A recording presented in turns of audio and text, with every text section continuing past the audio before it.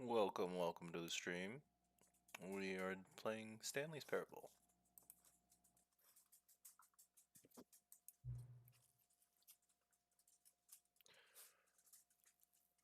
This is the boot up, so I'm just starting.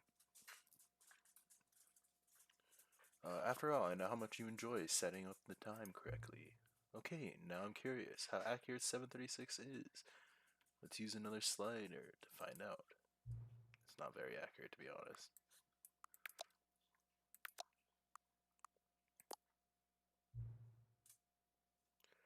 Can I just say, regardless of the accuracy of the clock, I have a great time adjusting these settings. I feel like I'm learning more about you and how you like things to be set. It's good to collect data. I wish we had more sliders. More sliders, as in the sandwich. But we're gonna go through all the sliders I have. I hope we have food. Perhaps Perhaps I can invent some new sliders to gather new data on you. Please don't. Shouldn't be too hard. Yeah, let's whip up a couple new ones. Oh, great. Should be ready by the next time you boot up the game. Well, great. We'll have to come back then. Oh, look, a slider. Alright. Welcome to Stanley's Parable. We play as Stanley, an office worker who does things and a narrator narrates it. I don't know. I hear that this is a very weird exploratory game. So let's play something relaxing for our Thursday night. Getting ready for the weekend. Let's make sure that main volume's low. The narrator's voice. Music and go down. Sound effects. A little bit down. Is there any subtitles? Good. Okay.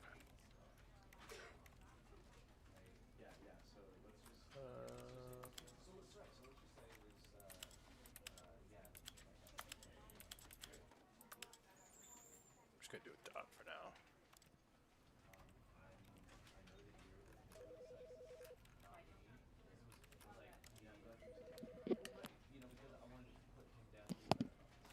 Alright, well, that's all I really needed. Let's jump in.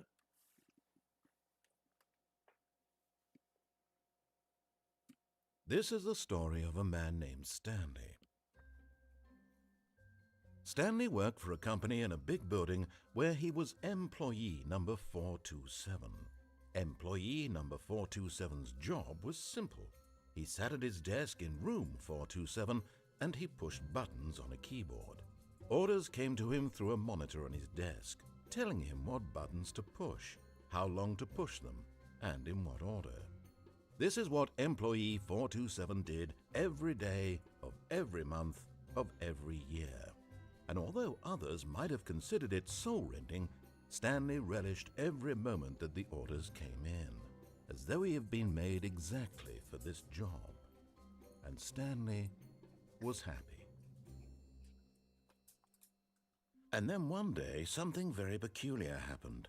Something that would forever change Stanley. Something he would never quite forget. He had been at his desk for nearly an hour when he realized that not one single order had arrived on the monitor for him to follow. No one had showed up to give him instructions, call a meeting, or even say hi. Never in all his years at the company had this happened, this complete isolation. Something was very clearly wrong. Shocked, frozen solid, Stanley found himself unable to move for the longest time. But as he came to his wits and regained his senses, he got up from his desk and stepped out of his office.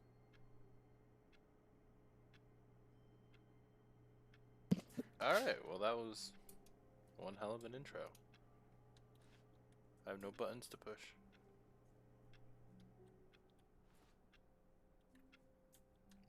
Grr, Mondays.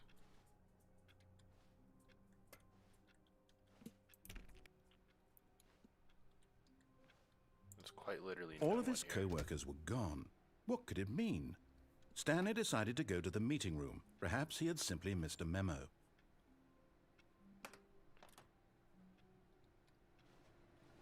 No matter how hard Stanley looked, he couldn't find a trace of his co-workers. Is there like a zoom? Oh.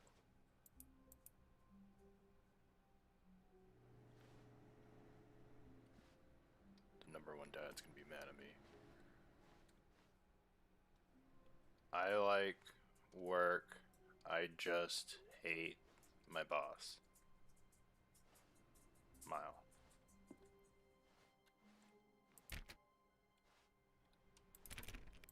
Stanley went around touching every little thing in the office, but it didn't make a single difference, nor did it advance the story in any way. Hey, narrator. I like exploring. Can I break a window? Ah.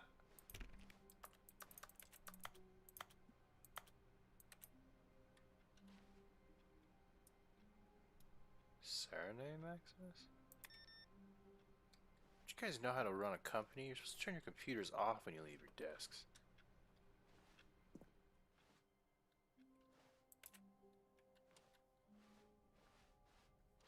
That's how people break in. Steal your When Stanley information. came to a set of 2 open doors, he entered the door on his left. Alright. I think I'm gonna obey the narrator this one round and just see where the story should go. 413. Somebody remember that.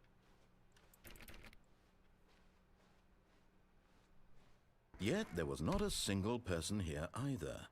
Feeling a wave of disbelief, Stanley decided to go up to his boss's office, hoping he might find an answer there.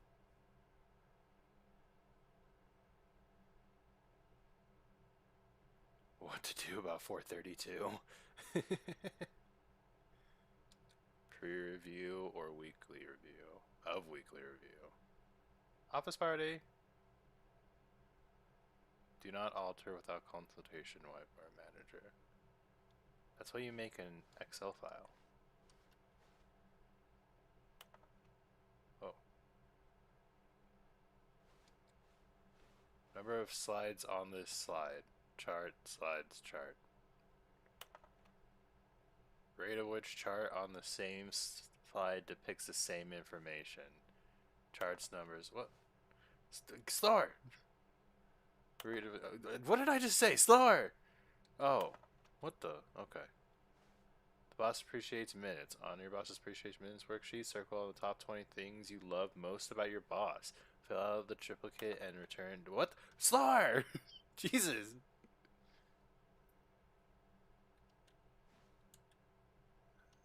I feel like R2-D2's back there clicking the mice. He's just going crazy on it. To do. Synergize core value, expenditures, shift global market prepaid, monetize free to play. Isn't that defeating the point of free to play? Oh, well, if it's free to play, you can get transactions by buying cosmetics. That's how you get it to monetize. There you go.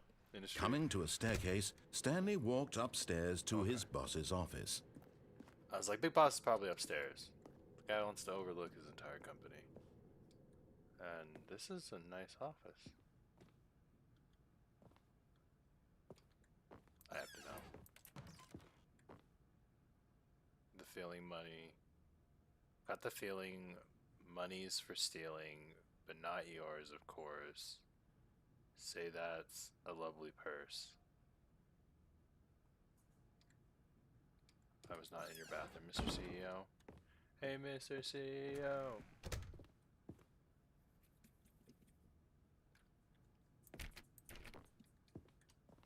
Oh, look at his itinerary. The beige page.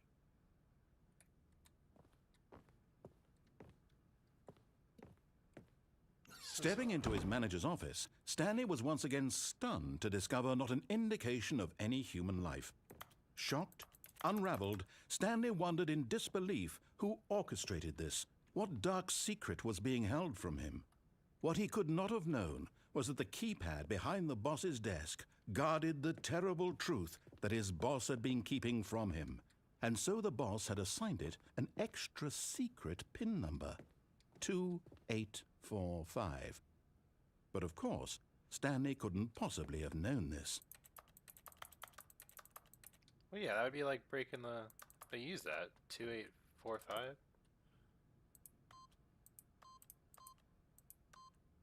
Yet incredibly, by simply pushing random buttons on the keypad, Stanley happened to input the correct code by sheer luck. Can't see anything. Amazing. Oh. He stepped into the newly opened passageway. It's like, did the narrator just kill us?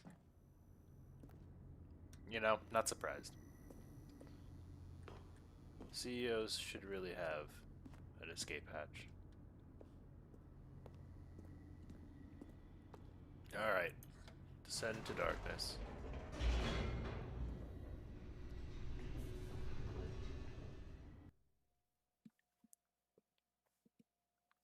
Descending deeper into the building, Stanley realized he felt a bit peculiar. It was a stirring of emotion in his chest, as though he felt more free to think for himself, to question the nature of his job. Why did he feel this now, when for years it had never occurred to him? This question would not go unanswered for long.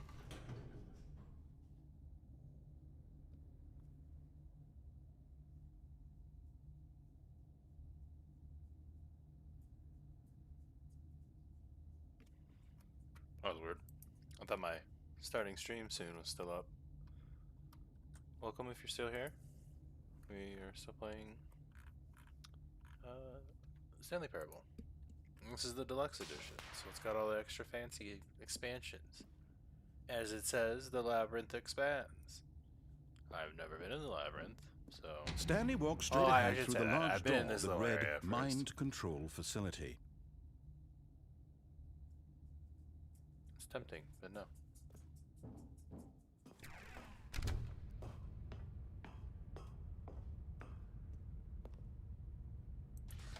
The lights rose on an enormous room packed with television screens.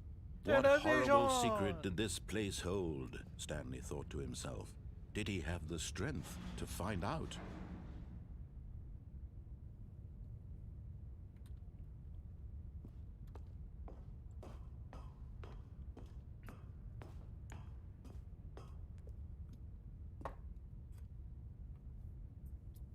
Do I push the camera button? Is there another button to push?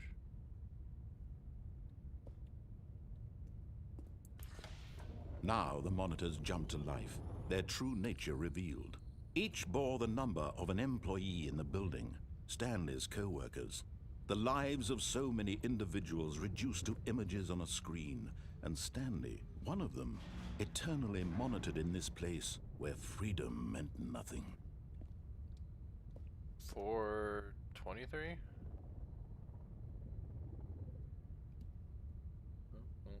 Guess it's just our office and not us. Oh, someone got fired. Oh, 2 people got fired.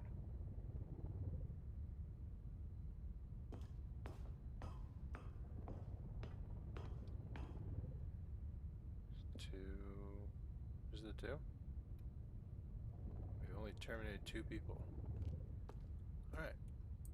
Give me the person elevator. This mind control facility, it was too horrible to believe. It couldn't be true. Had Stanley really been under someone's control all this time? Was this the only reason he was happy with his boring job? That his emotions had been manipulated to accept it blindly? No, he refused to believe it. He couldn't accept it. His own life in someone else's control? Never! It was unthinkable, wasn't it? Was it even possible? Had he truly spent his entire life utterly blind to the world? But here was the proof. The heart of the operation. Controls labeled with emotions. Happy, or sad, or content. Walking, eating, working. All of it monitored and commanded from this very place. And as the cold reality of his past began to sink in, Stanley decided that this machinery would never again exert its terrible power over another human life. For he would dismantle the controls once and for all. How do I break shit? Let me go animalistic on this shit. Return to Monka.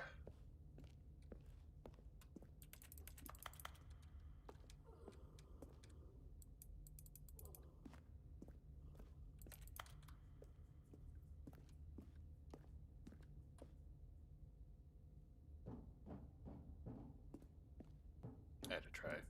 Curiosity would kill the cat there. Big red bud. That usually does something good.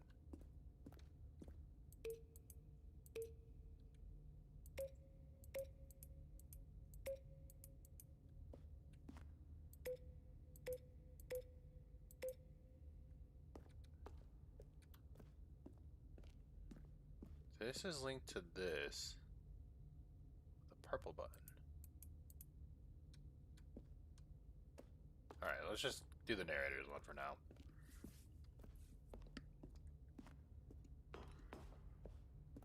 Oh. Oh. Oh. Well, he did say I need to dismantle shit. So let's figure out how to dismantle shit. There's 3, 5.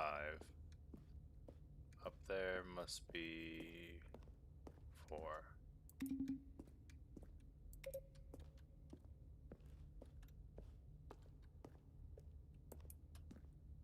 I can't get up there. I have like a flashlight or something? It's dark as shit.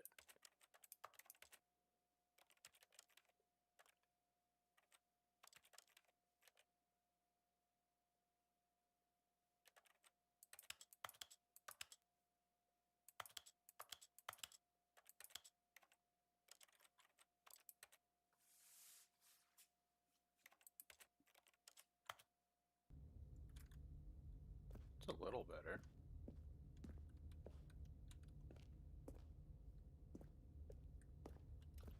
This is the door I came in. So I guess I'll just go through this door.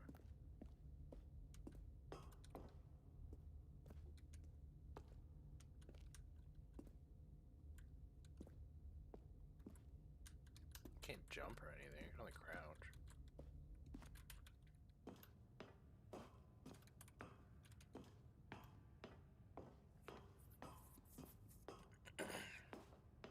And when at last he found the source of the room's power,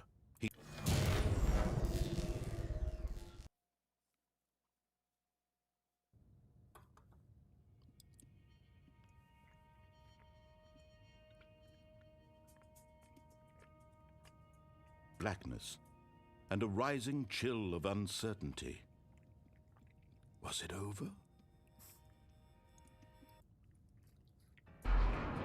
Yes. He had won. He had defeated the machine, unshackled himself from someone else's command. Freedom was mere moments away. And yet, even as the immense door slowly opened, Stanley reflected on how many puzzles still lay unsolved. Where had his co-workers gone? How had he been freed from the machine's grasp? What other mysteries did this strange building hold? But as sunlight streamed into the chamber, he realized none of this mattered to him, for it was not knowledge or even power that he had been seeking, but happiness. Perhaps his goal had not been to understand, but to let go. No longer would anyone tell him where to go, what to do, or how to feel. Whatever life he lives, it will be his. And that was all he needed to know. It was perhaps the only thing worth knowing. Stanley stepped through the open door. Stanley felt the cool breeze upon his skin, the feeling of liberation, the immense possibility of the new path before him. This was exactly the way, right now, that things were meant to happen. And Stanley was happy.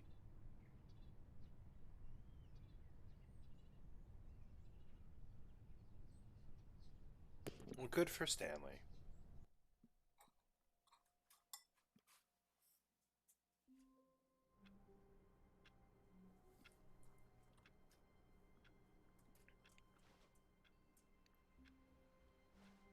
All of his co-workers were gone.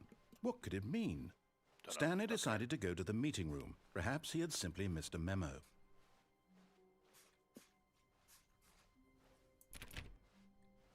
When Stanley came to a set of 2 open doors, he entered the door. This was not the correct way to the meeting room, and Stanley knew it perfectly well.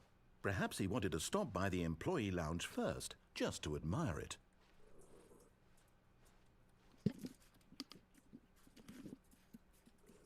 Ah, yes, truly a room worth admiring.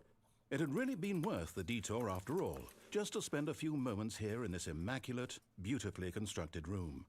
Stanley simply stood here, drinking it all in. Okay.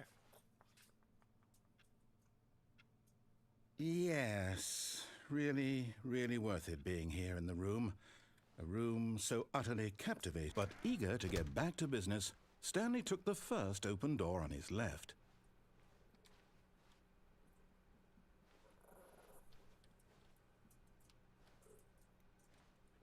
We're gonna go to that exit one. And so he detoured through the maintenance section, walked straight ahead to the opposite door, and got back on track.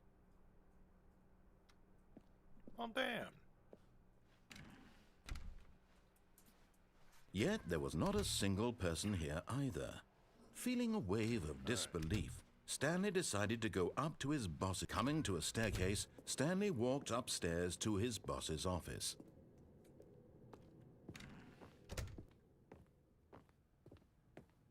Stepping into his manager's office, Stanley was once again stunned to discover not an indication of any human life. Stanley was in such a rush to get through the story as quickly as possible, he didn't even have a single minute to just let the narrator talk. Sorry, man. That kind of anxiety isn't healthy, so he relaxed for a few moments with some calming New Age music.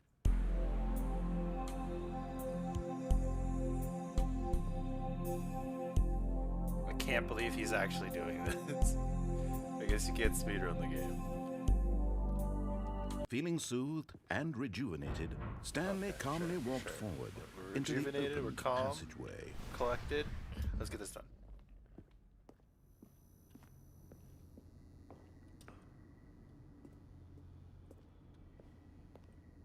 Okay, I'm looking for that escape room. Or escape route.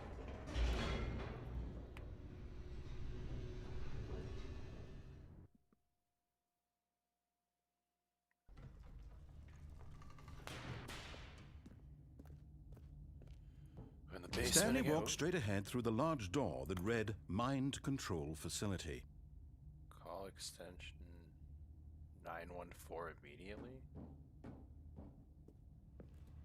Do I have a phone? Is that a thing? Although this passageway had the word escape written on it, the truth was that at the end of this hall, Stanley would meet his violent death. Oh, well, I guess we're dying. Stanley death ending. The door behind him was not shut. Stanley still had every opportunity to turn around and get back on track. At this point, Stanley was Feels like making a a Gladys, conscious, concerted effort to walk forward King is and Alive willingly situation. confront his death.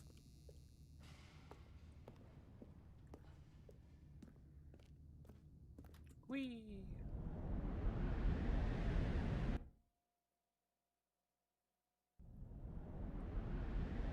Oh,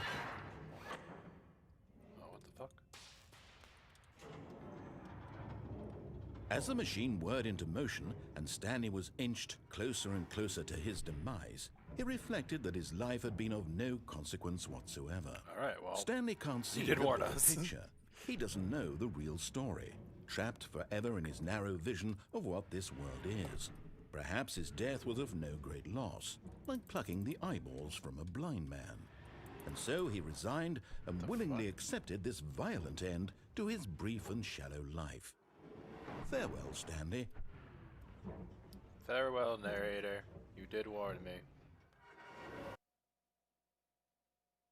"Farewell, Stanley," cried the narrator, as Stanley was led helplessly into the enormous metal jaws. In a single visceral instant, Stanley was obliterated as the machine crushed every bone in his body, killing him instantly. Oh.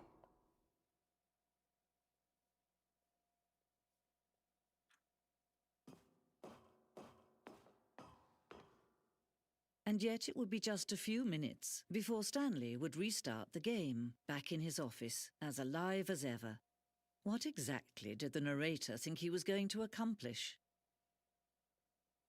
When every path you can walk has been created for you long in advance, death becomes meaningless, making life the same. Do you see now? Do you see that Stanley was already dead from the moment he hit start? That's very philosophical.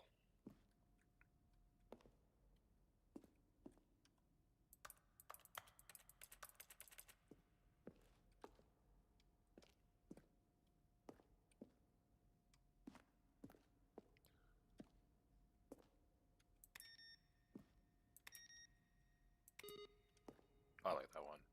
Doo-doo.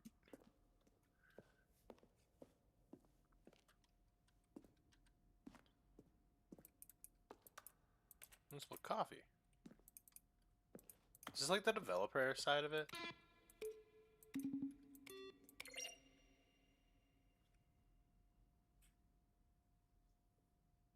Synthesized tones. Interesting.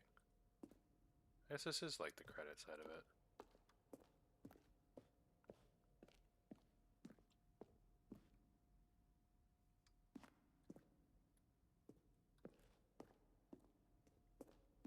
Of course, you being Stanley will probably spend the next hour trying to solve it. Here, I'm just going to make this easy on you. Stanley pushed the orange lever. Yeah, I wonder how many outtakes they had on this. Does it say? Then he pushed the number 4.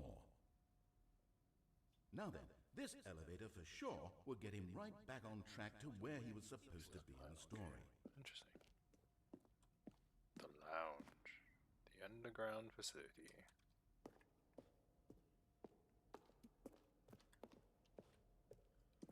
Guess this is the credit side of it. Well, how do I get out of it?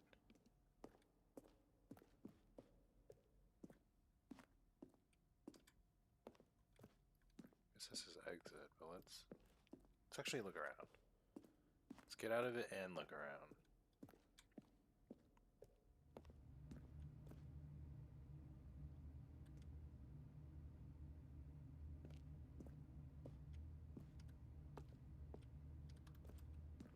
How many computers would Stanley need?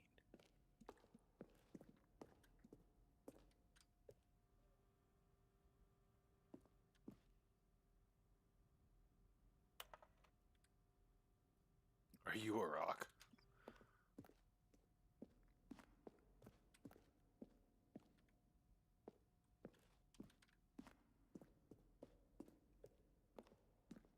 I should probably go this way.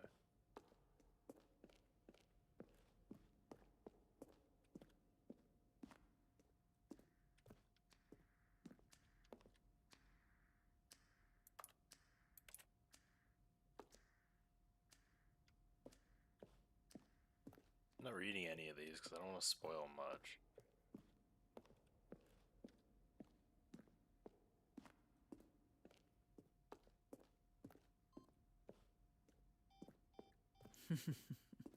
Oh, look at these two. How they wish to destroy one another. How they wish to control one another. How they both wish to be free. Can you see? Can you see how much they need one another? No, perhaps not. Sometimes these things cannot be seen. But listen to me. You can still save these two. You can stop the program before they both fail. Push escape and press quit. There's no other way to beat this game. As long as you move forward, you'll be walking someone else's path. Stop now and it'll be your only true choice. Whatever you do, choose it. Don't let time choose for you. Don't let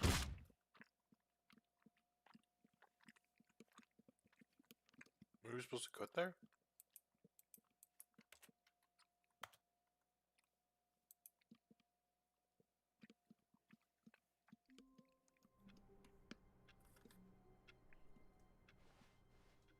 All of his co-workers were gone. What could it mean? Stanley decided to go to the meeting room. Perhaps he had simply missed a memo. Now, do we do the opposite door? Or do we go down When that one Stanley elevator? came to a set of 2 open doors, He entered the door. This was not the correct way to the meeting room, and Stanley knew it perfectly well. Perhaps he wanted to stop by the employee lounge first, just to admire it. We're going down that weird elevator. Wow. Yes, this room. But eager to get back to business, Stanley took the first open door on his left. Not that one. This one over here. And so he detoured through the maintenance section, walked straight ahead to the opposite door, and got back on track. Not doing that, narrator.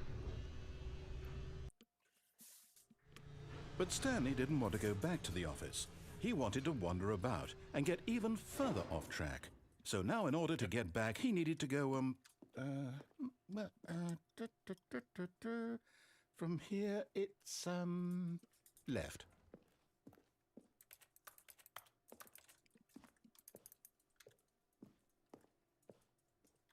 All right. Oh, no, it's to the right, my mistake. No, not the right. Why would I have ever said it was to the right? What was I thinking? It's clearly... Oh dear, would you hold on for a minute, please? Yep. Took a bite of my sandwich. Now, let's see. We went down, right, left, down, left, right. Yep, okay, yes. I've got it now. This story is absolutely, definitely this way.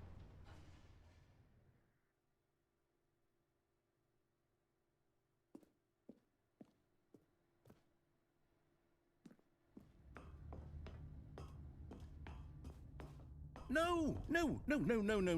This isn't right at all. You're not supposed to be here yet. This is all a spoiler. Quick, Stanley, close your eyes. Okay. We just have to get back to, oh, who am I kidding? It's all rubbish now. The whole story completely unusable. How about, rather than waste my time trying to salvage this nonsense, we'll just restart the game from the beginning. And this time, suppose we don't wander so far off track, Okay, from the top. I can't believe that was an ending. All of his co-workers were gone. What could it mean? Stanley decided to go to the meeting room. Perhaps he had simply missed a memo.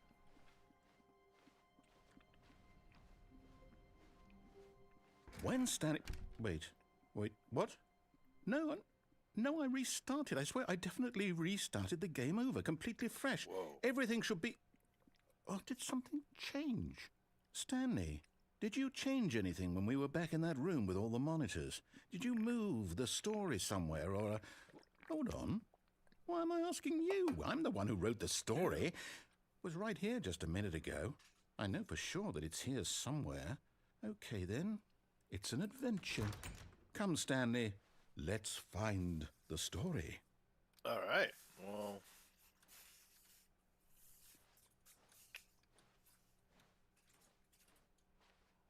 What door should we pick? Let's go this way. It's feeling very backroomsy.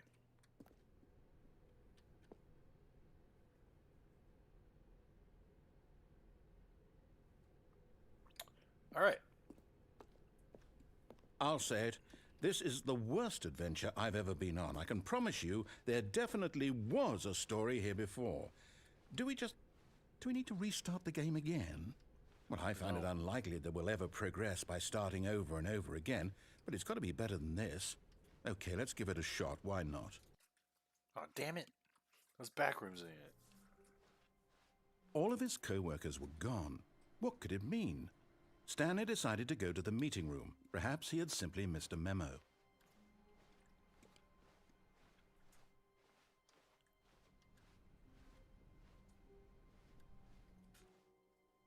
All right, he broke it. Okay, yep, it's worse. I might be remembering this wrong. It's possible the story is back where we just came from. Why don't we go back the other direction and see if we missed anything?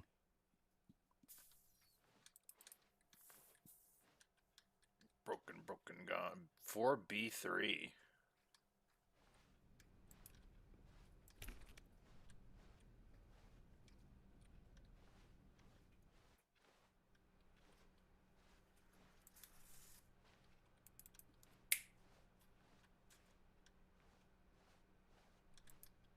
Aha! I knew we'd missed something. The story. Here it comes. No, wait, never mind. Not the story.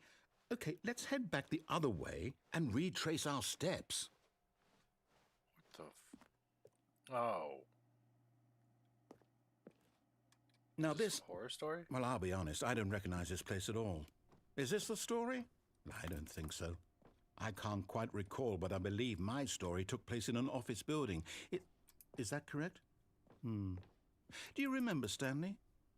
Well, do you know what? it's an office building. Since I've completely forgotten what we were supposed to be doing, how about this?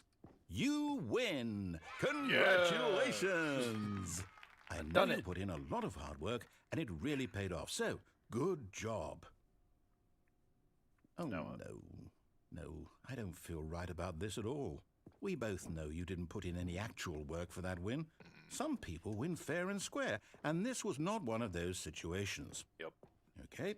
I'm getting weirded out by whatever this place is. I don't care what might happen this time. I have to restart. Thank you. All right, I've got a solution. This time, to make sure we don't get lost, I've employed the help of the Stanley Parable Adventure Line. Just follow the line. How simple is that?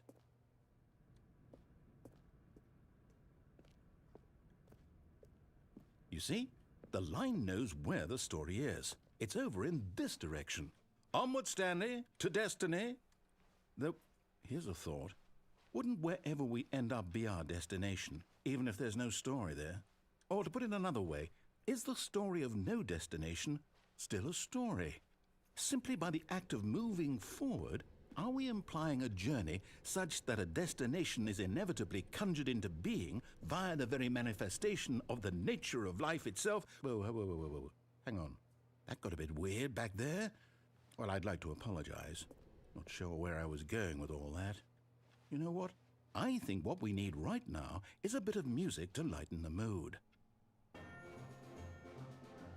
The fuck is this?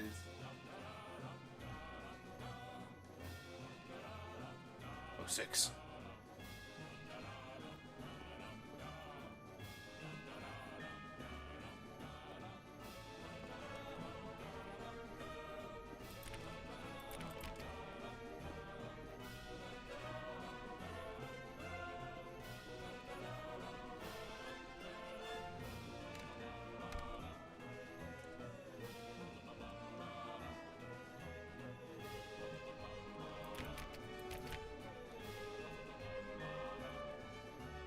Peer reviews.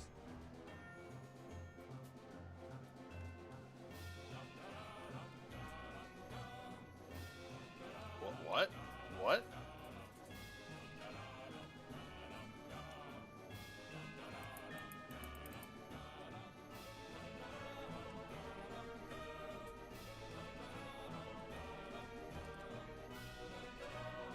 Hey, narrator, we're Wait, looping. cut the music. Go back and look at that fern. Stanley, this fern will be very important later in the story. Make sure you study it closely and remember it carefully. You won't want to miss anything.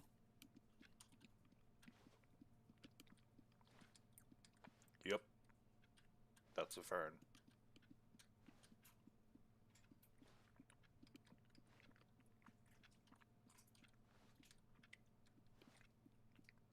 Alright. Wait, what? We're back at the office? No. Line, you do know we're looking for the Stanley Parable, right? The story? Is any of this ringing a bell?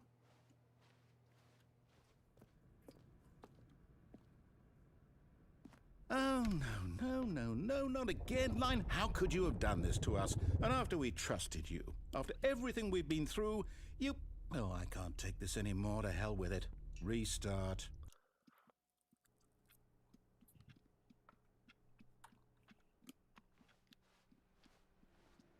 You know what, Stanley? I say forget the adventure line. What's it ever done for us? We're intelligent people, right? Why can't we make up our own story? Something exciting, daring, mysterious. Ooh, this all sounds perfectly doable. Why don't we simply start wandering in, well, I don't know. How about this direction?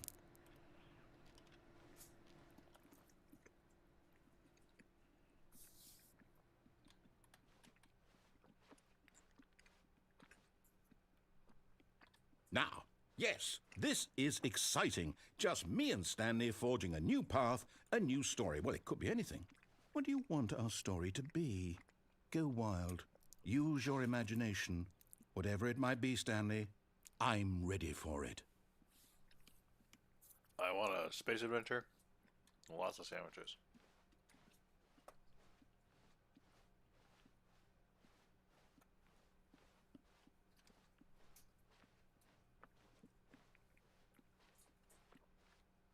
Oh, no, not you again. Stanley, I'd also like to veto the line from having any role in our awesome new story. No lines or monitor rooms. Just don't acknowledge it, and we should be fine.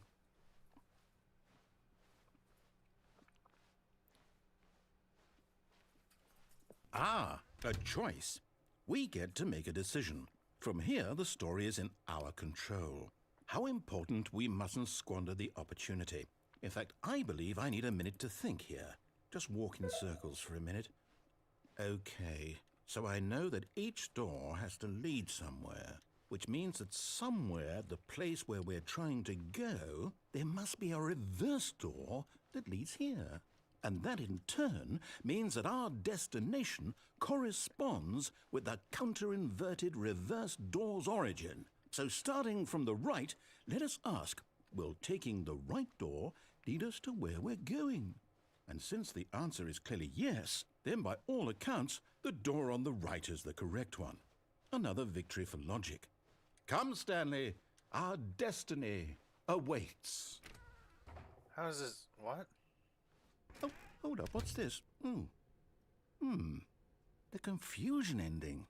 You're telling me that's what this is? It's all one giant ending? And we're supposed to restart the game, what, eight times? That's really how all this goes? It's all determined? So now, according to the schedule, I restart again. Then what? Am I just supposed to forget? Well, what if I don't want to forget? My mind goes blank simply because it's written here on this thing, wall. Well, who consulted me? Why don't I get to decide? Why don't I get a say in all of this? Is it really? No, it can't be. I don't want it to be. I don't want the game to keep restarting. I don't want to forget what's going on. I don't want to be trapped like this. I won't restart the game. I won't do it. I won't do it. I won't do it. And the timer stopped? Does that mean, did we do it? Did we break the cycle? The, whatever it is that made this schedule? How would we even know? Will someone come for us? Will something happen? So, okay. I guess now we just wait. You know, I suppose in some way that this is a kind of story, wouldn't you agree? I'm not quite sure if we're in the destination or the journey, though they're always saying that life is about the journey and not the destination, so I hope that's where we are right now. We'll find out, won't we? Eventually. Well, in the meantime, if you... Oh. Narrator? All of his co-workers were gone. What could it mean? Stanley decided to go to the meeting room. Perhaps he had simply missed a memo.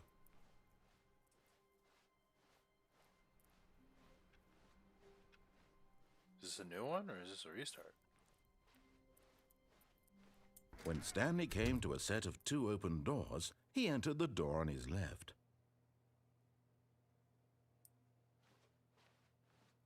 This was not the correct way to the meeting room, and Stanley knew it perfectly well. Perhaps he wanted to stop by the employee lounge first, just to admire it. The lounge was sublime, a work of art. But eager to get back to business, Stanley took the first open door on his left. Not doing it.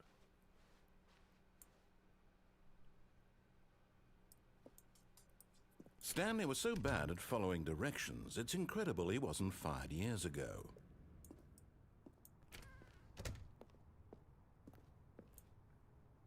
What do we do?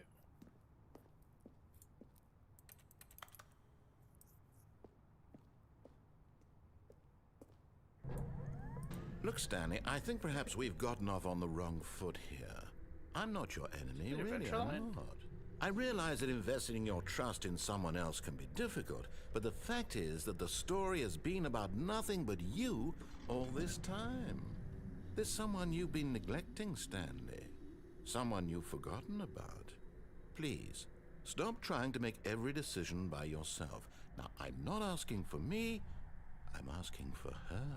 This is it, Stanley. Your chance to redeem yourself. To put your work aside. To let her back into your life. She's been waiting. Who? Oh. That's her, Stanley. You need to be the one to do this. To reach out to her.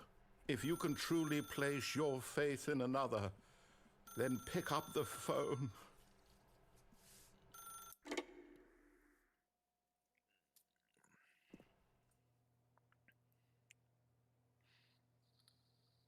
Oh, Stanley, is that you? Hold on, sweetie. Sorry to keep you waiting. I'm just pulling the bread out of the oven. All right. Okay, there we go. All right, now, I want you to come in and tell me all about your day. Whoa, whoa. Gotcha. Oh, come on. Did you actually think you had a loving wife who'd want to commit their life to you? Wow. I'm trying to make a point here, Stanley. I'm trying to get you to see something. Come inside. Let me show you what's really going on here. Alright. That's good. This is a very sad story about the death of a man named Stanley. Ooh. What? Stanley is quite a boring fellow. He has a job that demands nothing of him, and every button that he pushes is a reminder of the inconsequential nature of his existence. Look at him there, pushing buttons, doing exactly what he's told to do. Oh, Now he's pushing a button. Now he's eating lunch. Now he's going home. Now he's coming back to work. One might even feel sorry for him, except that he's chosen this life. But in his mind, in his mind he can go on fantastic adventures.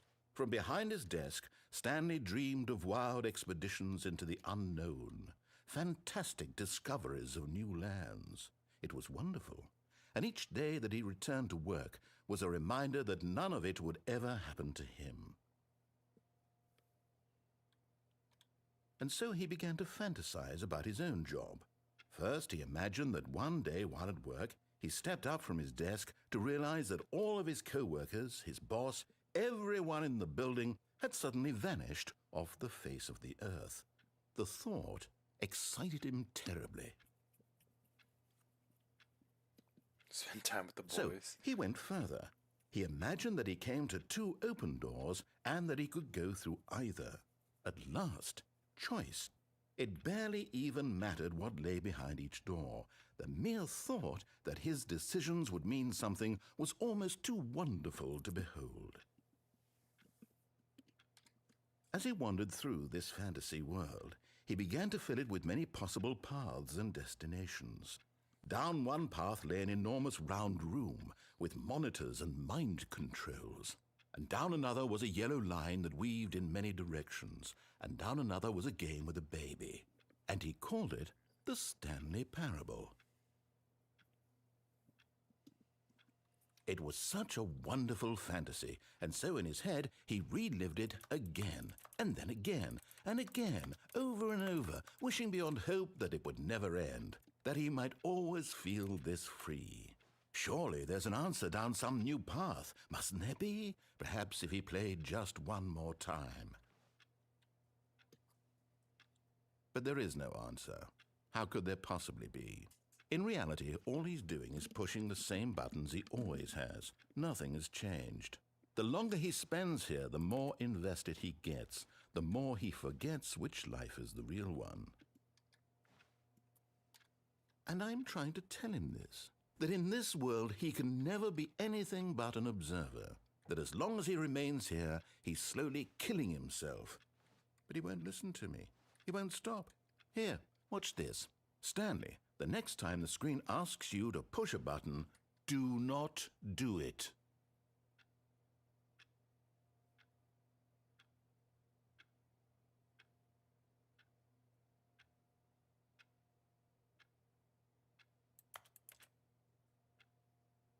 Okay, Mr. Narrator.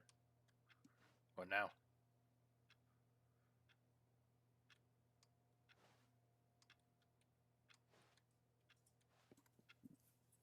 Alright.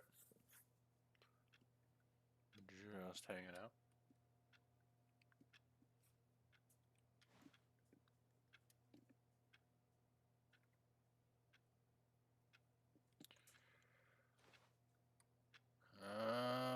Fuck it. You see? Can he just not hear me? How can I tell him in a way that he'll understand that every second he remains here, he's electing to kill himself? How can I get him to see what I see? How can I make him look at himself? Give me a mirror. I suppose I can't, not in the way I want him to. But I don't make the rules. I simply play to my intended purpose, the same as Stanley. We're not so different, I suppose. I'll try once more to convey all this to him. I'm compelled to. I must. Perhaps, well, maybe this time he'll see. Maybe this time. And I tried again, and Stanley pushed a button. And I tried again, and Stanley pushed a button. And I tried. Well. Is he restarting it? Yep. Let her start.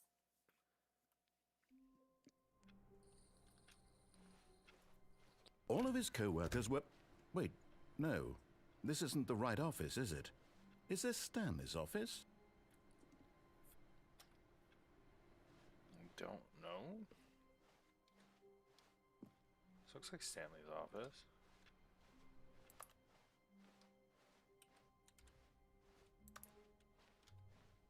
When Stanley came to a set of 2 open doors, he entered the door on his left. So we went through all those paths. Is there any more paths over here? Yet there was not a single person here either. Feeling a wave of disbelief, Stanley decided to go up to his boss. Coming to a staircase, Stanley walked upstairs to his boss's office. Down. But Stanley just couldn't do it.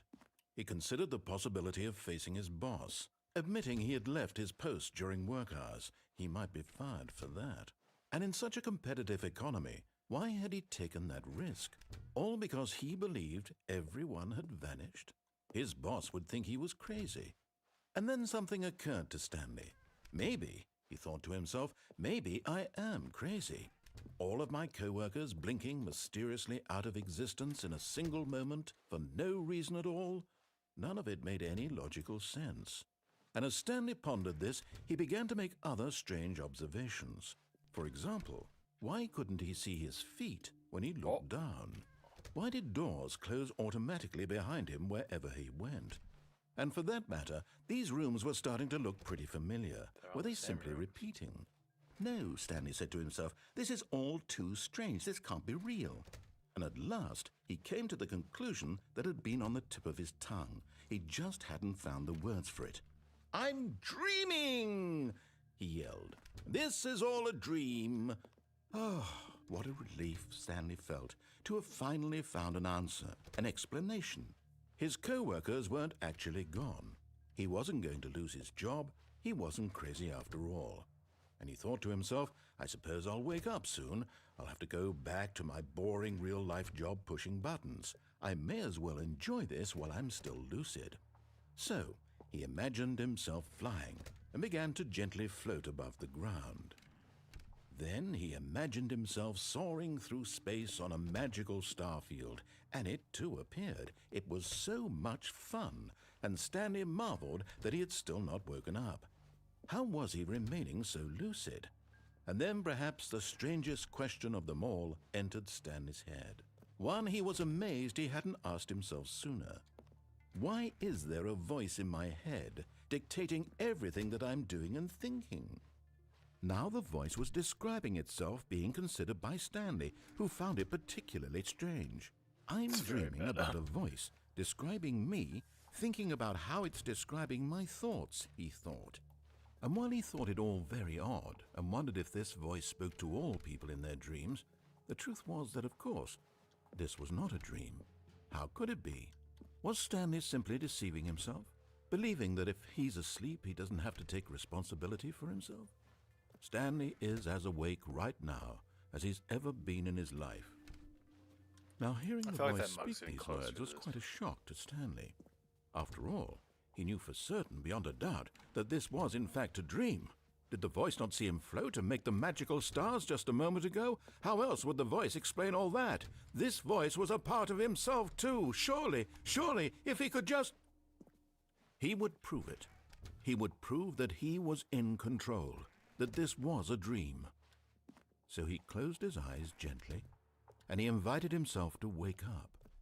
He felt the cool weight of the blanket on his skin, the press of the mattress on his back, the fresh air of a world outside this one.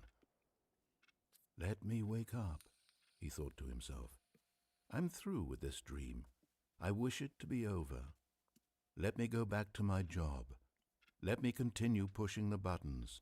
Please, it's all I want. I want my apartment, and my wife, and my job. All I want is my life exactly the way it's always been. My life is normal. I am normal. Everything will be fine. I am okay. God damn it. Stanley began screaming. Please, someone, wake me up. My name is Stanley. I have a boss. I have an office. I am real. Please, just someone tell me I am real. I must be real. I must be. Can anyone hear my voice? Who am I? Who am I? And everything went black.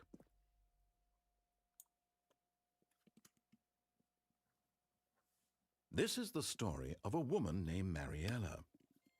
What? Mariella woke up on a day like any other. She arose, got dressed, gathered her belongings, and walked to her place of work. But on this particular day, her walk was interrupted by the body of a man who had stumbled through town talking and screaming to himself, and then collapsed dead on the sidewalk. And although she would soon turn to go call for an ambulance, for just a few brief moments she considered the strange man. He was obviously crazy. This much she knew. Everyone knows what crazy people look like. And in that moment, she thought to herself how lucky she was to be normal. I am sane. I am in control of my mind. I know what is real and what isn't. It was comforting to think this, and in a certain way, seeing this man made her feel better. But then she remembered the meeting she had scheduled for that day, the very important people whose impressions of her would affect her career, and by extension, the rest of her life. She had no time for this, so it was only a moment that she stood there, staring down at the body. And then she turned and ran.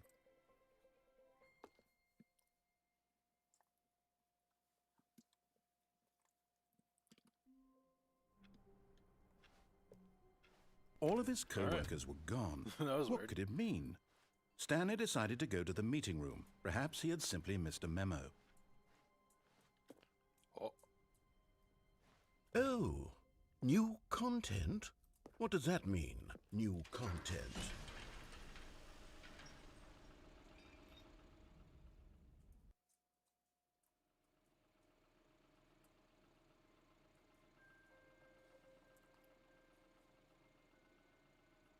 Hello, and thank you for playing the Stanley Parable Ultra Deluxe. As you may know, the Stanley Parable was a video game released in 2013 on home computers. After receiving critical and commercial success, it was expanded upon in 2022 with the Stanley Parable Ultra Deluxe, a reimagining of the game for consoles and home computers. The Stanley Parable Ultra Deluxe features exciting new content that broadens and expands the world of the Stanley Parable, delighting audiences the world over. Please, step inside and see what thrilling new adventures await in the Stanley Parable Ultra Deluxe. Oh, well, this sounds delightful. I'm very excited to see the thrilling new Ultra Deluxe content. Okay, so far it's an elevator. This is the new stuff. Nothing special yet, but I'm sure it's just the beginning of a mesmerizing adventure.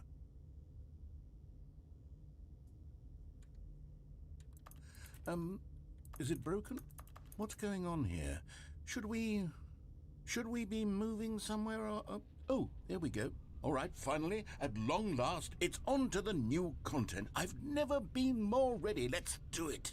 Let's go! I'm kidding. I have to say, initial impressions of Stanley Parable Ultra Deluxe, mostly tedious. It's as if, Oh, okay. Let's see the content. Gimme the content, Stanley. All right, let's see. It's the jump circle. Oh!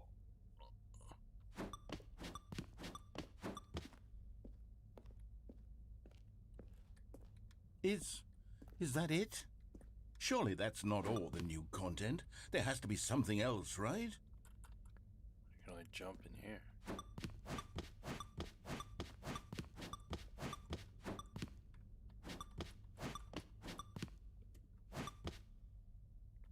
That's funny. Crouch jump.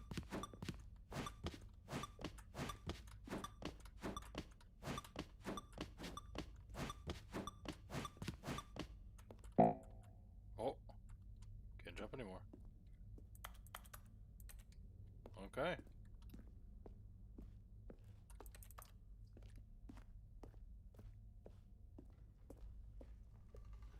That was cool.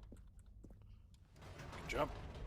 Goodness, another elevator. Stanley, I have to say, initial impressions of this game are not positive. It's just elevators and jumping.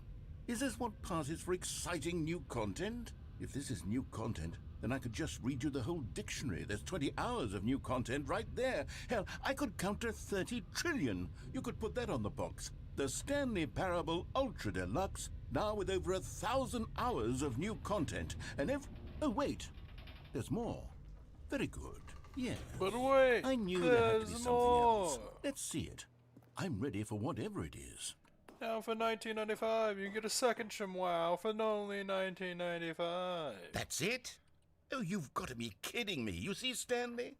This is what happens when greedy video game developers with no respect for their fan base rush a cheap expansion to market for no reason other than to make an easy dollar. And don't get me started on the level of craftsmanship that's gone into it. In fact, I'm looking right now at the game's achievements, and it's hard to believe one of them actually says, "Test achievement, please ignore." What quality assurance department signed off on this? I'm infuriated and I'm offended, and I intend to find these people on Twitter and hold them personally accountable. Test It's my achievement, fault, please Stanley. I ignore. built up too much anticipation around the new content, I'm afraid. It could never have lived up to such expectations. If you're still with me, why don't we just reset the game and we'll try to get back to what the Stanley Parable is really about. No frills, no gimmicks. Just you and me having a great time together like always. What do you say, friend?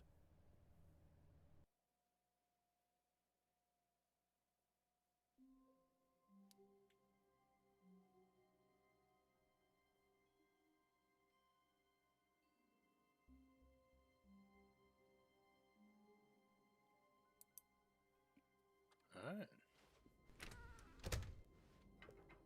Psst! Stanley! Come over here! In the vent! I want to show you something.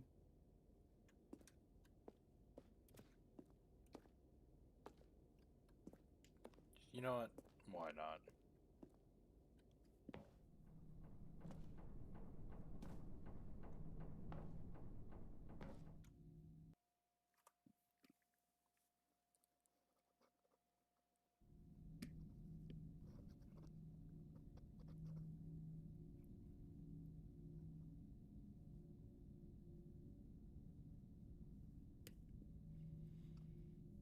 Okay, you remember how cheap and unsatisfying the new Ultra Deluxe content turned out to be? Well, it got me thinking about the past and how much better the Stanley Parable used to be. So I made something special and tucked it away here where the game's developers won't find it. Just our little secret.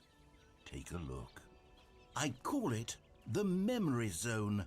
It's where I've been storing all my favorite memories so I can relive the peak experiences of my life whenever I want. Experiences like the launch of the Stanley Parable on PC. You see, Stanley, doesn't the Memory Zone remind you of how wonderful Stanley Parable was before it was sullied with a cheap re-release? Remember back in October of 2013 when the game originally launched? Back then, video games had integrity. Back then, it all meant something. Oh, the waste. The Last of Us.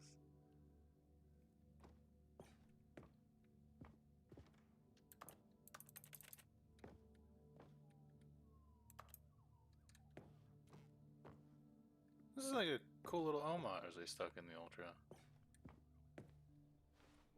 Me first dollar! Arr.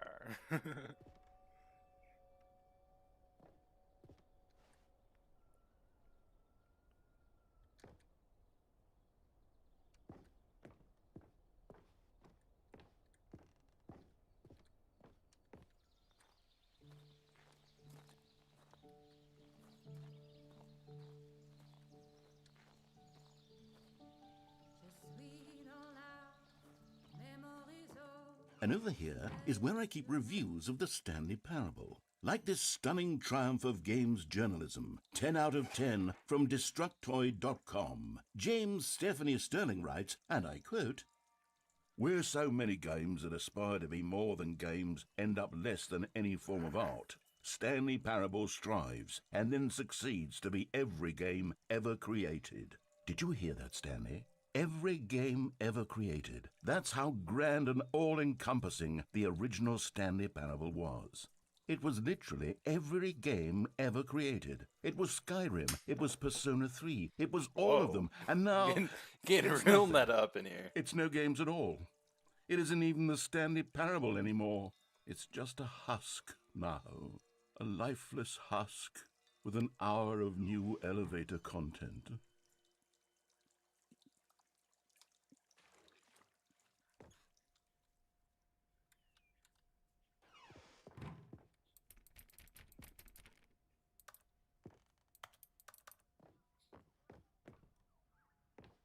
Alright.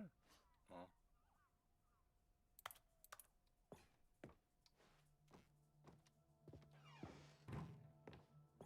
Here's another moving passage, this time from GameSpot.com. The Stanley Parable is both a richly stimulating commentary on the nature of choice in games and one that offers some of the most enjoyable, surprising, and rewarding choices I've ever been confronted with in a game. 9 out of 10. Don't you get it, Stanley? The game was perfect. It didn't need anything else. It didn't need new content. It just needed to be left alone, to spend the rest of time collecting dust in the hallowed hall of beloved video game memories. Sometimes it be like that. Oh, these were simpler times, Stanley. What I wouldn't give to go back, to have it all over again. Wait, hang on. I don't recall this part of the memory zone before. What's this? What's down here? Oh, no. Oh, God, no. Stanley, it's a collection of reviews from Steam, the online video game distributor. I haven't looked at these in years. I can't even imagine what's been collecting down here. Surely these reviews were glowing as well, weren't they? Honestly, I could not be bothered to play this game to full completion. The narrator is obnoxious and unfunny, with his humor and dialogue proving to be more irritating than entertaining. Unfunny? I'm not trying to be funny. I'm trying to make a serious work of art. I suppose I could write up a handful of gags to insert into the Stanley Parable, but the game is already such a densely layered web of profound philosophical insights that I can't even imagine where I'd have the room to stick them.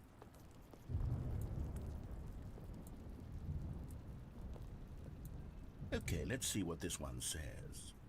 While the idea for the game is good, for someone who prefers non-linear games, this preachiness gets annoying fast. Preachy? Stanley? I'm not preachy, am I? You can tell me if I'm preachy. Honestly, you can. Oh, goodness. This is actually quite shocking for me. Well, to be honest, I had always thought of the game's dialogue as being rather terse to begin with. You can't know how much fluff I cut from the game to get it to feel as light and airy as it... Well, I always thought it did.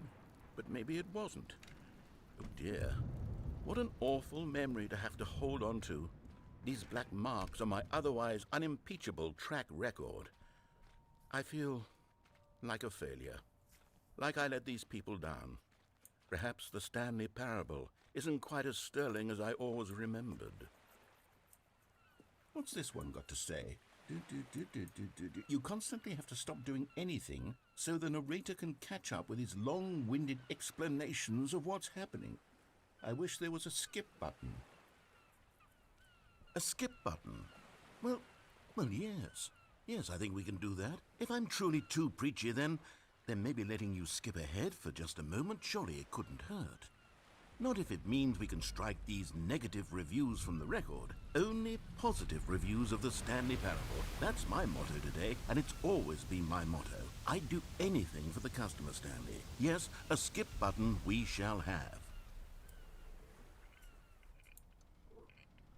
This feels ominous. And here it is. Go ahead and give it a shot. I'll pop you forward in time so that the second my incessant droning starts to bore you, with just the push of a button, you'll have zipped right past it. It's what the players have been asking for, and I'm very proud to have delivered.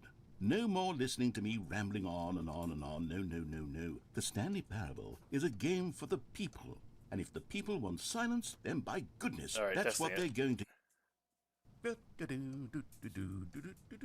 Oh, you're back, you see. You were only frozen in time for a few minutes, but it was plenty of time for me to deliver a long, rambling monologue full of unnecessary verbal flourishes and lengthy ruminations on the nature of choice in video games. Of course, I happen to believe it was perhaps one of my more profound such ruminations. Not that, of course, you need a description of it, but if I had to describe it, I'd say it was perhaps less of a rumination and more of a treatise.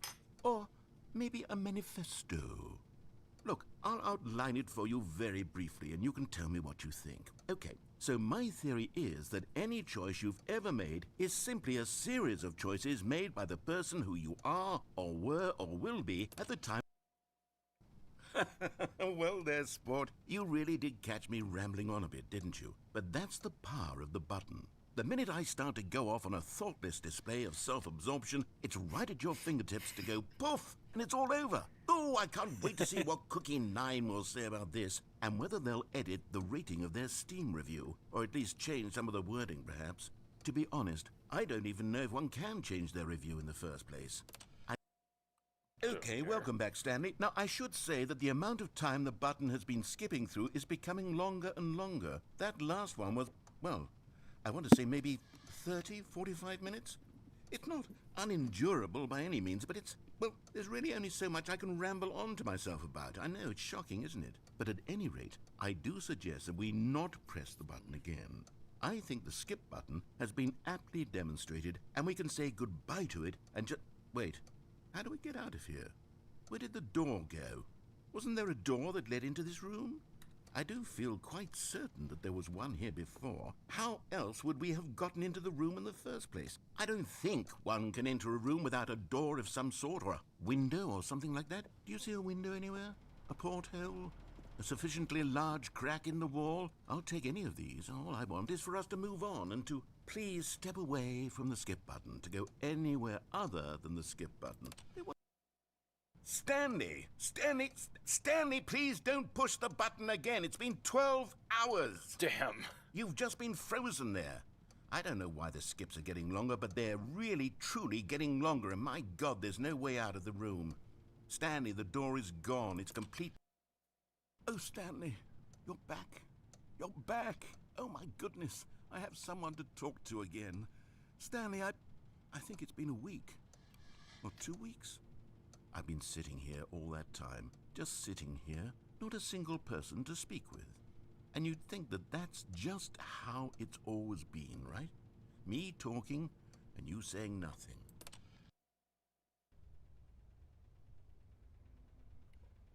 Oh, hello.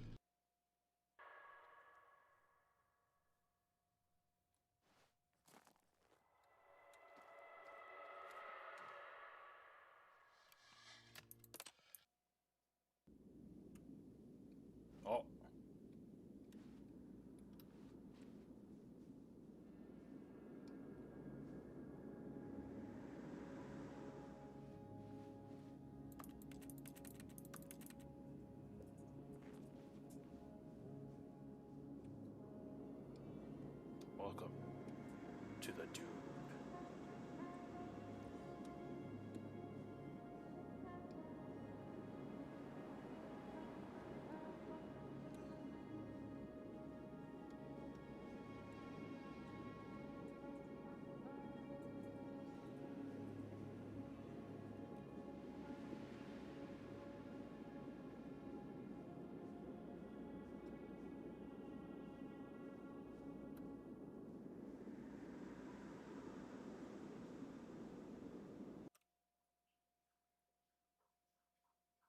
Okay. Okay. Oh. Here, a phone.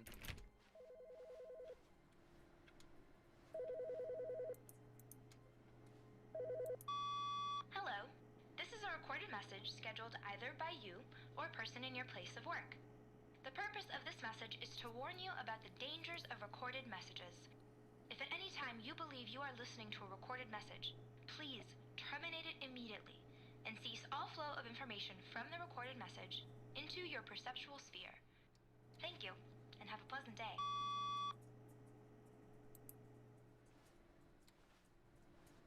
Okay. Wait, where's the narrator?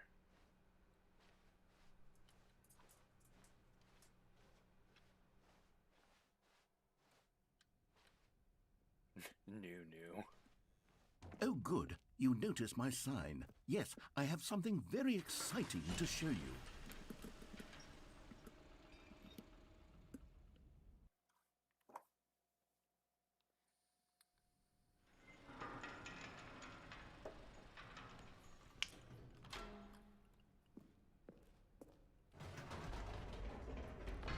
You see, Stanley, I've been reflecting on the Stanley Parable and about how roundly disappointing this ultra-deluxe version has turned out to be.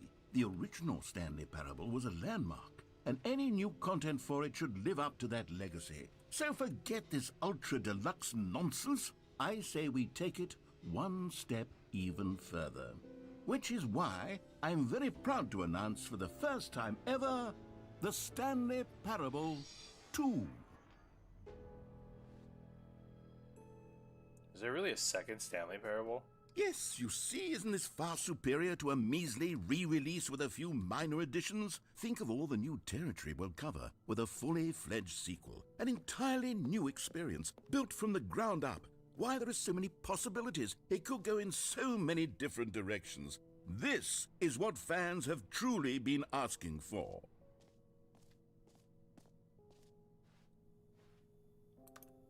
Calling it the Stanley Parable 2 is just so much catchier than Ultra Deluxe, don't you think? Ultra Deluxe? What does it even mean? But the Stanley Parable 2, now that's an artistic statement right there. It's future-oriented. It screams stepped into a progress and hipster's innovation office. and long-term franchising potential. Now, to be clear, I haven't quite nailed down what exactly the Stanley Parable 2 is going to be, but let's take a look at some of the features I've been developing for it. I figure that if I can loosely organize a handful of interesting concepts, that surely the game will sort of naturally spring up around them. It'll all work itself out. Shout out to Game Robert for development that is one. much more of a fuzzy magic than anything scientific or logical, really.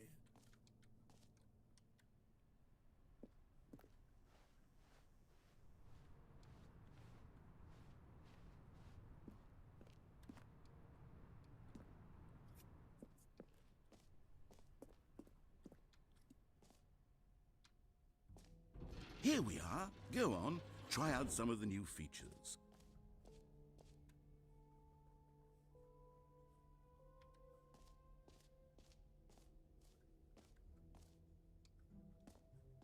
Okay, I'll be honest, I haven't yet decided on this one. I think that in the new version, the office could use a bit of decoration, like balloons. But I'm undecided on Get Well Someday and Happy 12th Birthday. Which would you go with?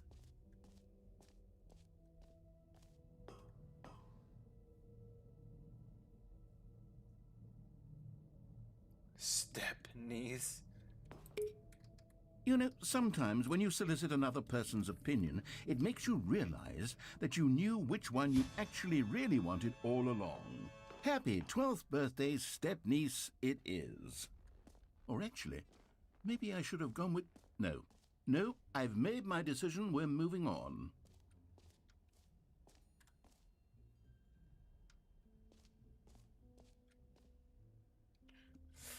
Free achievement. It just works. Now, here's something special. You remember that broken test achievement that got left in the game on accident? Well, I'm developing a technology to simply give you the achievement. Yes, you see, you'll come to this lever, and when you pull it, the achievement will be given to you. It's as simple as that.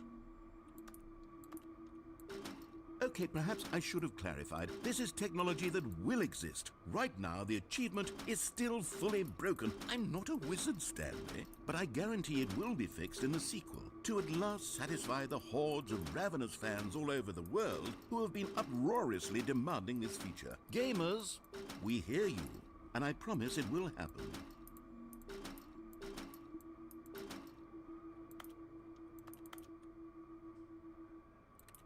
Alright. It's a funny little joke.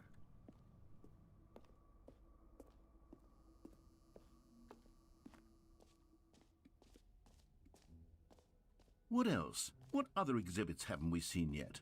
The jump circle. Oh, my jumps have all been used. You know what? Let's bring the jump circle back for Stanley Parable 2 as well. It's... Oh, wait. You already spent all your jumps the first time we saw the jump circle? Oh, well. I suppose it can just be a nice decorative piece, then.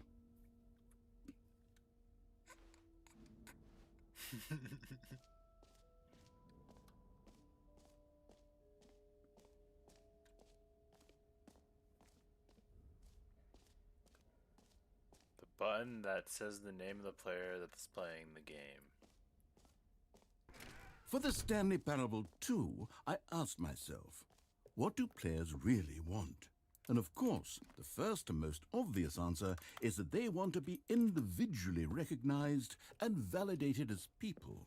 So with that in mind, my first addition to the game is this button which speaks the name of the person playing the game. Isn't that wonderful? Jim. Sorry, I should have clarified. Right now, the button only says the name Jim. But of course, in the final game, this button will say your name, whatever name that is. Here, let's have you role-play as Jim to really simulate the full experience of this feature. Just play along. I promise you'll love it. Okay, here we go. Let's take a deep breath, clear your mind, forget whoever you are, and simply become a person named Jim. I want you to imagine yourself... Jim. Whoa, hold on. I wasn't finished setting up the backstory. If you don't properly roleplay as Jim, then you'll never understand the impact of this button. Otherwise, it's just a stupid button that says somebody else's name. Okay, we're doing it again, and this time let me finish first. Now, allow yourself to become Jim. Imagine yourself driving to work as Jim, playing frisbee on the weekends as Jim, staying up all night for a popcorn and horror movie sleepover as Jim, developing a crippling substance addiction as Jim, rediscovering yourself through fringe religious groups as Jim, and finally dying a slow death at an old age, surrounded by members of your cult as Jim. Do you feel it in your soul? Are you really, truly Jim right now? If so, then please step forward and press the button. Jim. Yes! You see? What a thrill! What a rush! That was you! The button described you. Do it again, do it again. Jim. Oh, it hits even harder the second time. If this were the only new feature in the Stanley Parable 2, it would still be worth the money. Let's take a break from the Jim button. I'm too emotionally drained from all of this personal validation. Jim. Whoa there, cowboy. Sometimes a person can be too much, Jim. I'm putting the Jim button away. Otherwise, soon you'll start to lose all sense of who you actually are. Jim.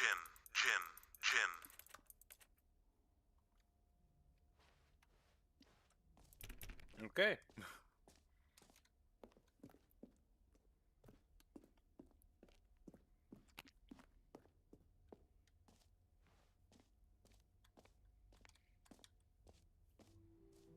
I suppose I could allow only people named Jim to play the Stanley Parable too. That would... An epilogue would be fun, wouldn't it, Stanley? Yes, yes, it would go at the end of the, well, we'll figure that out later. The plot goes at the end.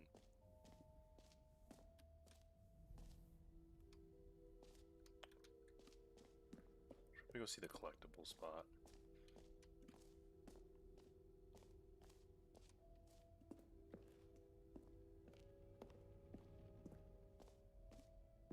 Ah, collectibles. Now it's a real video game. In the Stanley Parable 2, you'll run around gathering up these miniature Stanley figurines. And what's truly innovative is that there will be no reward for collecting all of them. I don't want to stifle the intrinsic joy of watching a number go up. You simply collect all of them, and then you move the hell on with your unremarkable life.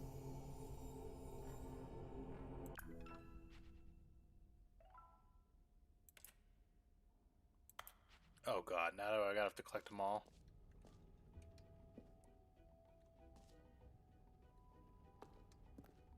God, it really is the worst when you collect everything in a video game and then they give you a big fancy reward for it. Absolutely tragic.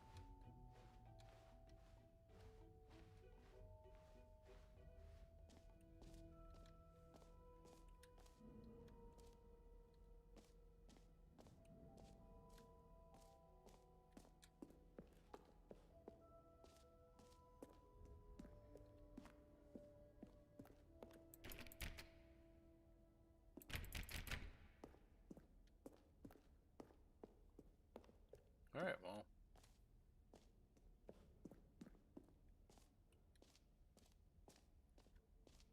Is that it?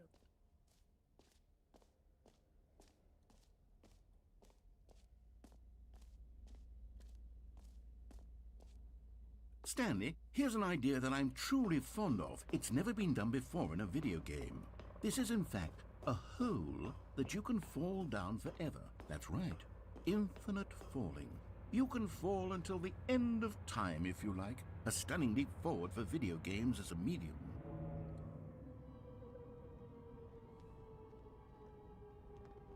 You see, isn't it wonderful? One of my more ingenious concoctions, if I do say so. Now then, since you've gotten to see the infinite hole, you can press the teleport button to pop back up to the top, and we can continue onward. Now, I don't mean to be a bummer, but I do recommend you use the teleport button to go back to the top. Maybe do it on the sooner rather than later spectrum of things. Are you telling me it's not infinite? Okay, Stanley, I don't know quite how to say this tactfully, but it's possible that I slightly exaggerated the infinite nature of the hole. Is it a very, very deep hole? To be certain it is. It's an extremely deep hole. I don't want anyone to say that it isn't an astonishingly deep hole. It is. Is it infinite? Well, that sort of depends on your definition of infinity. From one perspective, the infinite is merely philosophical in nature. It's more of a... Great. Now, I'm very excited to show you even more of my ideas for the sequel. Well, wasn't infinite.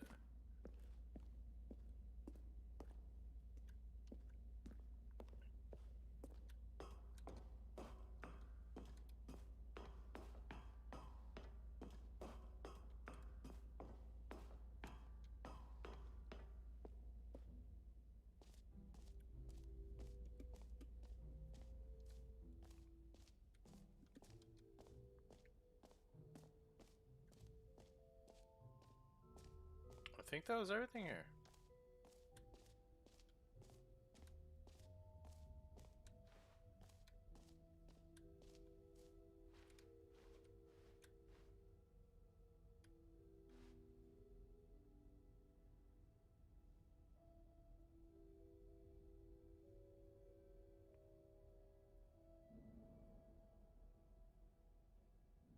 Yeah, that was everything.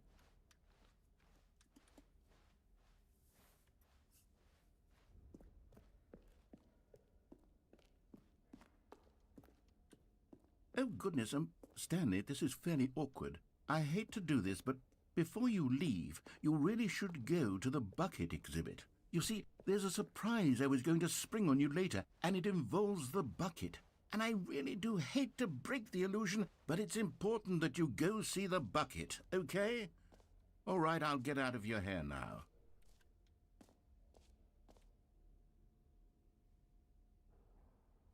The bucket achievement.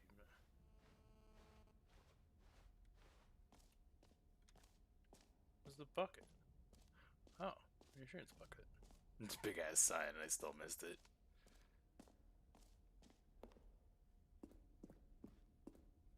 A common complaint of the Stanley Parable was that it was confusing and paradoxical, that it engendered a chaotic sense of reckless despair in those who played it. Well, I am happy to say that after much consideration, I've engineered a clever solution to this fundamental problem with the game.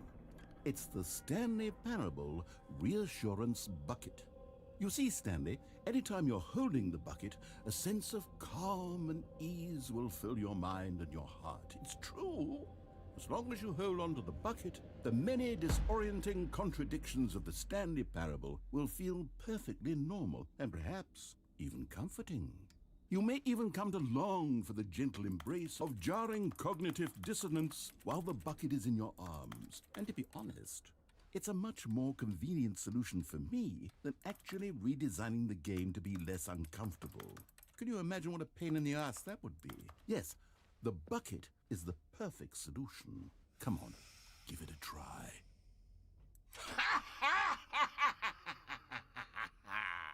Can you feel it? The glow of comfort, even in the face of crushing despair, must already be sweeping through your body. And in fact, can I say that I do believe the bucket lends you an air of charisma as well? I think that just holding it has made you the slightest bit more attractive as a person. The benefits of the bucket seem to go on, don't they? All this and more await you in the Stanley Parable 2. Alright, I guess I just have a bucket now. Does anyone give out awards for most enjoyable bucket in a video game? That really should be an award if it isn't already.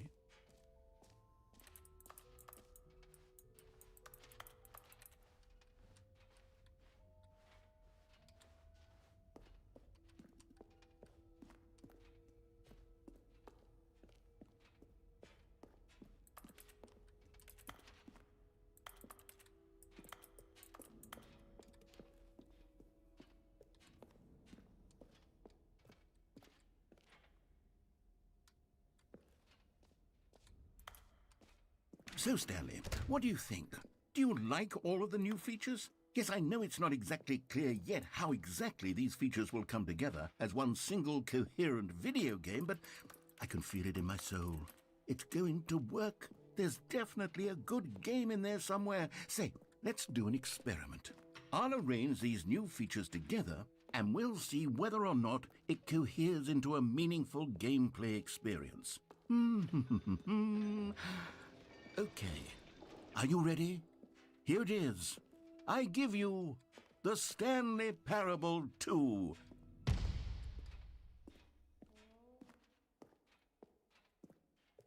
I mean, there's potential here, right? It's sort of... Okay, never mind. Hold on, let me do a different arrangement. Okay, yes, this is much better. I feel good about this. Here we go. Version 2. Who am I kidding, Stanley? This isn't a coherent video game at all. It's a lot of gags. And I do very much enjoy creating gags, but they don't add up to anything. I wanted more than anything to create a sequel that would capture all the magic of the first game. I wanted fans to love it. No matter how good these gags are, they won't stand on their own. Like they would first need the structure and the gameplay of the original. Wait, maybe that's it. I can take the original Stanley Parable and simply, well, insert a few of my new features into it. Tastefully, of course. With respect. With care for the vision and integrity of the original game. Would it possibly work? I suppose it could. but it would need a really tremendous title screen. A title screen that says with bold and uncompromising conviction, "This is the Stanley Parable 2. Let me see if I can whip something up. All right, perfect. Go ahead. Take a look. Take a look inside. Oh.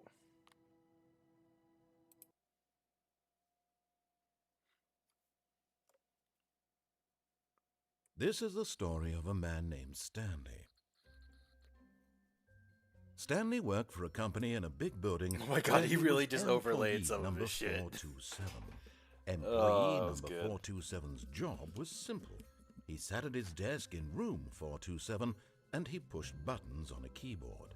Orders came to him through a monitor on his desk, telling him what buttons to push, how long to push them, and in what order. This is what employee 427 did every day of every month of every year. And although others might have considered it soul-rending, Stanley relished every moment that the orders came in, as though he had been made exactly for this job. And Stanley was happy. And then one day, something very peculiar happened. Something that would forever change Stanley.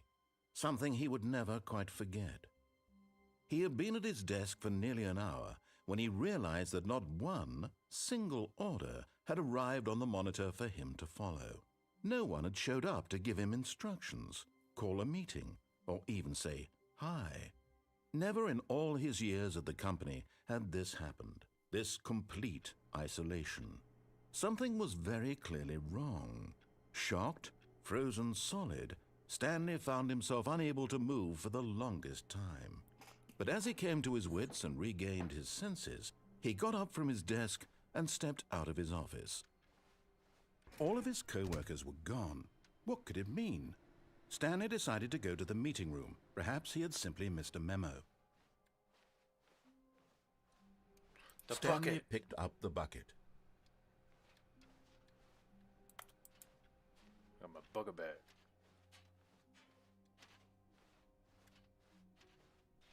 Stanley clutched the bucket tightly to his chest and entered the door on it. This was not the correct way to the meeting room, but Stanley had felt the bucket calling to him, telling him that the employee lounge was simply the place to be. And here it was. Had the bucket turned out to be correct? Was this better than the meeting room? Yes, Stanley thought to himself. Yes, perhaps it truly was. How insightful the bucket turned out to be. No, never mind. The bucket was wrong. Stanley took the door on his left to go back to the meeting room. No, Said the bucket. don't go to the meeting room. Go somewhere else. The cargo lift, yes. Go there. Go to the cargo lift.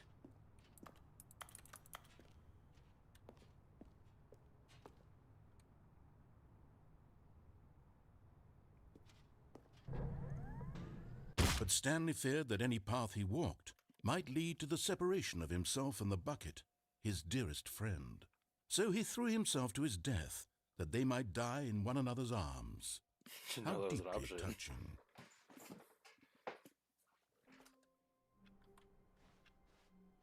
All of his co-workers were... Wait, no. This isn't the right office, is it? Is this Stanley's office?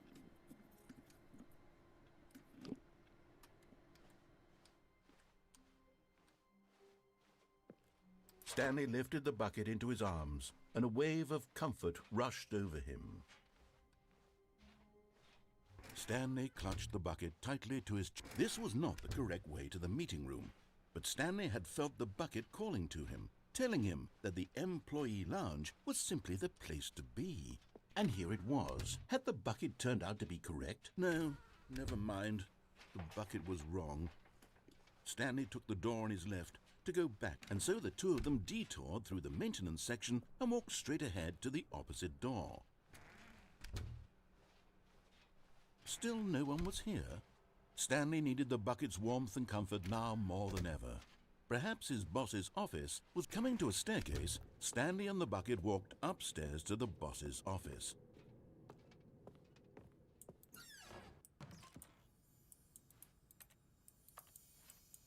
You found one of them. One of the miniature Stanley figurines. Remember, no reward for collecting all of these, only the intrinsic pleasure of a job well done. You can't buy that sort of happiness, Stanley. God knows I've tried. So, I implore you to savor each and every moment you come across one of these beautiful figurines.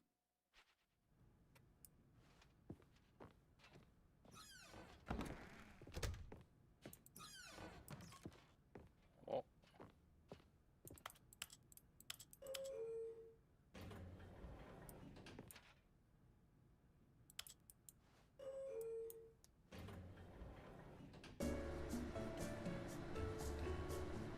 Is this new?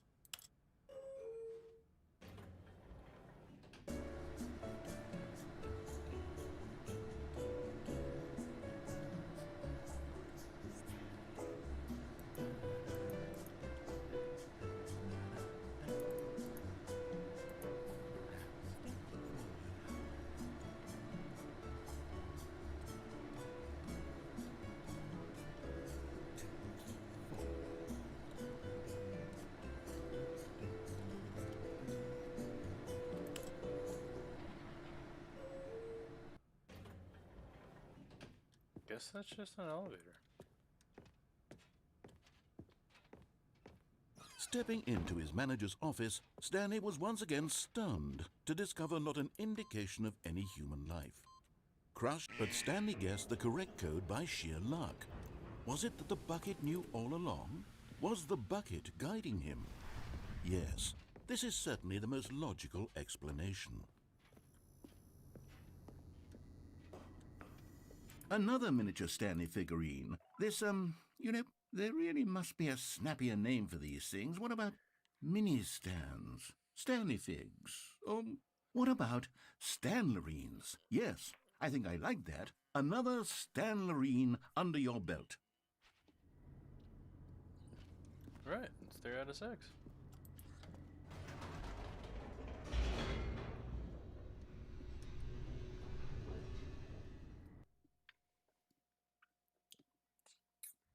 The elevator raced downward, plummeting towards an unknown fate. It would be all Stanley could do to keep himself together, if not for the bucket. Soothing him, comforting him, reassuring that in this darkest moment of uncertainty, he would be all right. The bucket is here for you, Stanley. Everything will be fine. Thank you, Mr. Bucket. Stanley and the bucket walked straight ahead through the large door that read, Mind Control Facility.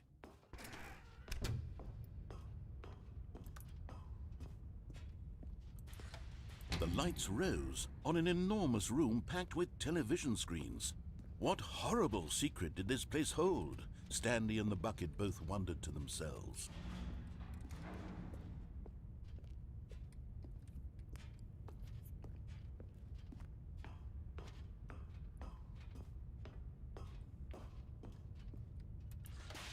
The monitors jumped to life, and Stanley nearly dropped the bucket in shock. Everyone in the office was being videotaped, monitored like guinea pigs. The bucket had never seen anything like this, and it very nearly burst into tears as Stanley cradled it gently, reassuring it that everything would be fine.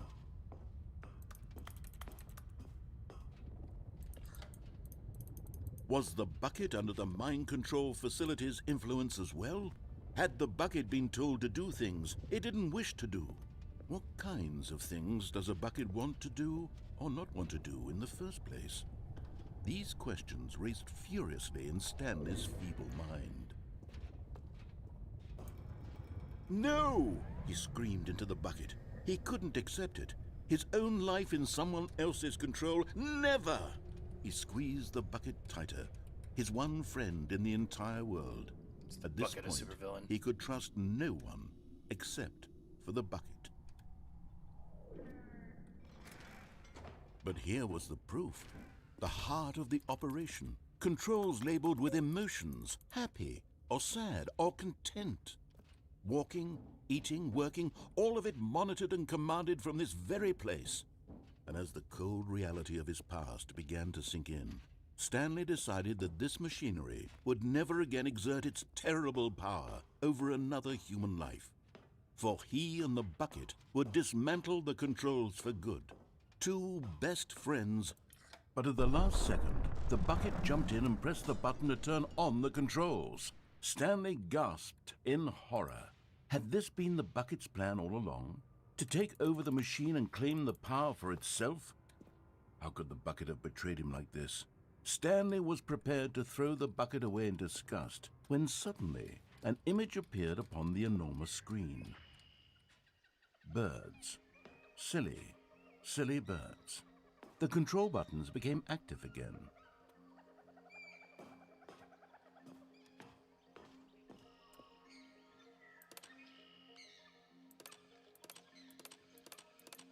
Stanley flipped through one video of silly birds after another, and then it dawned on him. This wasn't a mind control facility at all. It was a facility for monitoring and surveilling silly birds all over the world. The mind controls were only a facade to disguise its true intentions. Had the bucket known this all along? Stanley marveled at the metal genius in his hands, the one who had pointed him towards this incredible discovery. Stanley and the bucket never found freedom because they spent the rest of their lives here in this place, flipping through live streams of the silliest birds imaginable. Of all the possible paths his life could have taken, this one was surely the best. And Stanley was happy.